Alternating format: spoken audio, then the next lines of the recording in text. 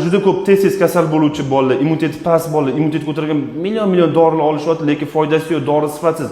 Yo'q, dori sifatsiz emas, dorilar sifatli, lekin buga boshqa sabablar bor. Mana bizda malakali gastroenterologimizning fikrlarini eshitamiz. Nomer 1dan bittasi.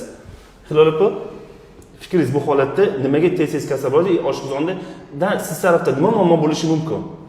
Biza gastroenterologiya tomonidan, ya'ni ichaklarda so'rilishning buzilishi, malabsorpsiya sindromi deyiladi. Dori-darmon vositalari berilganiga qaramasdan bolaga ta'sir doirasi deyarli ko'rilmayapti. Malabsorpsiyaning sababi aniqlansagina, ya'ni so'rilishning sababi aniqlansagina, keyin dori vositalarini tavsiya qilish maqsadga muvofiq bo'ladi.